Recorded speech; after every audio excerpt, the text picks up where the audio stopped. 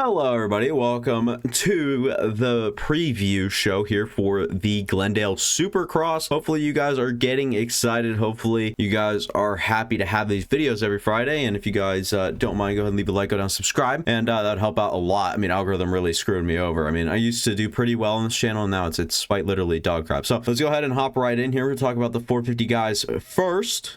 Heading into what seems like a more hard-packed, technical, longer track, I think Jet Lawrence will have either some mistakes or at least more opportunities for mistakes, and obviously you don't want that. But Jet Lawrence also has a pretty big advantage here. Him and Ken Roczen are very talented on dirt bikes, and I think handle the slippery conditions really well. So Jet Lawrence might get caught out maybe once or twice. Maybe look to have that out of the way early, whether it's the heat or qualifying. You want to learn from your mistakes, and hopefully he makes those mistakes early on if he makes them at all. And Jet Lawrence would have a pretty good night in my opinion, with good starts obviously. And Ken Roczen, another guy I hit on who's just really talented on a dirt bike. With it being a little bit more hard packed, Ken Roczen always does a little bit better here in technical conditions. I think not a guy like Chase, but Chase really can push through these rhythm sections. They seem like pretty long rhythm sections. It seems like there's going to be some pretty solid corners and momentum carrying. So I don't think Chase Sexton's out of it. I think Cooper Webb might have a pretty good chance here as well, although it will probably be a little bit less methodical. It'll probably just be a faster track, not making mistakes and staying consistent. That's what kind of puts Cooper Webb in this area.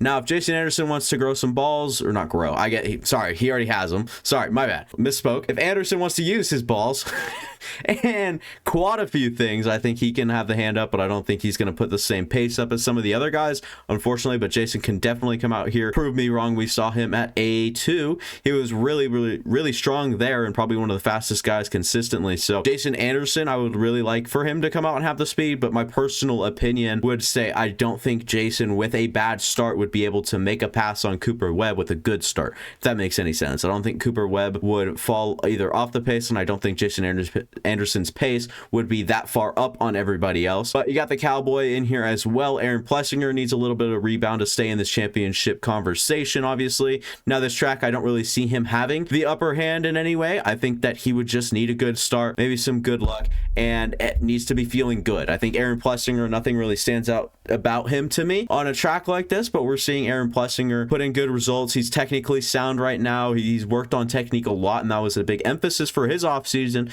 So Aaron Plessinger can obviously come out here and surprise some guys. Same with Justin Cooper with some sheer speed on he's a little lighter on the bike as well, so that can fare well for, you know, not losing the back end. Obviously you could see it both ways, where either you're too light that the bike really doesn't have pressure on the back end, so you might end up sliding out more, or you'd have, I mean, Tomac does this really well, where he actually leans forward sometimes on slick conditions, and especially on motocross, where his back wheel swings around with it, but it's still grabbing and eventually pulls that momentum forward. And so I think Justin Cooper could have a similar thing with just his weight in general, and there's no extra technique added.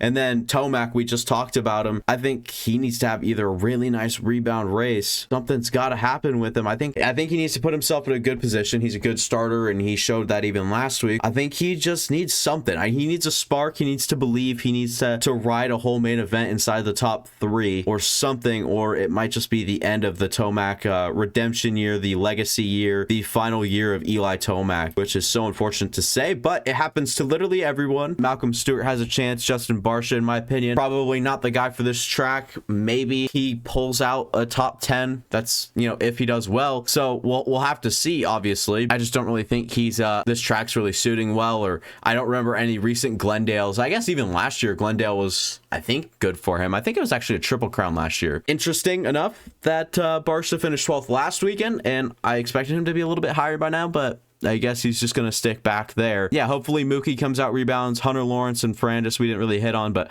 don't feel like we really have to. Those guys are just solid 6th to 10th place guys right now that aren't really making any statements or any strong pushes. But Justin Cooper was a guy I thought I'd have to hit on, or I thought I'd hit on because of I think the upside there, the tools Justin Cooper has shown and put together, puts him in a good spot in general for the, I guess, for the main event or for a track like this. We're heading back to the 250 West Coast, my bad. We were just with the East, and now we're transitioning to the West. Levi, Kitchen, RJ Hampshire, Nate Thrasher, Joe Shimoda, Jordan Smith. You guys know the names, and that is your top 5. Now, a guy like Levi just needs to be freakishly consistent with a good start, and I think he'd do it. RJ Hampshire might end up overriding the track. This is a track Nate Thrasher could easily easily just outspeed everybody else. But Jordan Smith, in my opinion, has to be the favorite at Glendale. I don't see how he's not. He's just straight out faster, more experienced, and more time on a bike, like in hard pack conditions, than the rest of these guys. Now, he's been primarily an East Coast guy in his career, but I think that the experience trumps the main events raced or the gate drops he's had on the East Coast versus the West side. And I think Jordan Smith's probably the guy to beat heading into Glendale. He's nice rested, hopefully. No injuries, not banged up at all. And Joe Shimoda, hopefully he can get a good start and put himself in contention if that's the case, which I'm anticipating he doesn't get a good start. But if he does, I would definitely put him in contention. It's pretty wide open between the top 5 guys if Joe gets a good start, if RJ doesn't override, and if Levi puts himself out in a good spot.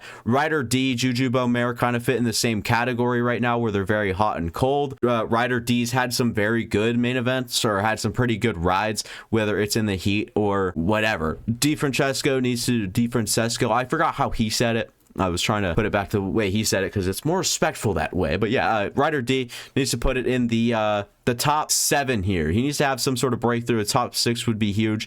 Even a top 5 would be amazing. He needs to have a breakthrough. Juju Beaumare had a breakthrough at A1 and just hasn't been the same since then. And hopefully, he said... So I can see this kind of translating here. He said that jet skis have too much power, and so he'd like to tone it down to a 250. So maybe it slows down. Maybe the traction isn't really too bad of an issue here for Juju Beaumare on a more hard pack track where he's used to the more power and in the water. You know how you're back in. I don't really know. I'm not a jet skier, but I can see that translating well to a more hard pack track. So Juju Beaumare, hopefully he's good in these conditions, and I don't really see Garrett Marchbanks pulling off a podium here. Hopefully Carson Mumford and his good riding style helps him out here. Other than that, like there's not a whole lot more to talk about than the top 5 between Jordo, Joe Shimoda, the Joe Show, Far East Coast, Nate Thrasher, and RJ Hampshire, Levi Kitchen, who I would love to win here, but it's just a all-out guessing game right now, in my opinion. But Jordo would probably be the guy to beat. So if you guys agree with me, go down in the comments and let me know. But that'll be all from me. Thanks for watching. If you guys enjoyed, go give me a like, go down, subscribe. Come back on, I think we're targeting Tuesday for the review show. So this is the preview show, and hopefully you guys enjoyed. Come back weekly, and that'll be all. Again, see you guys next time. Deuces.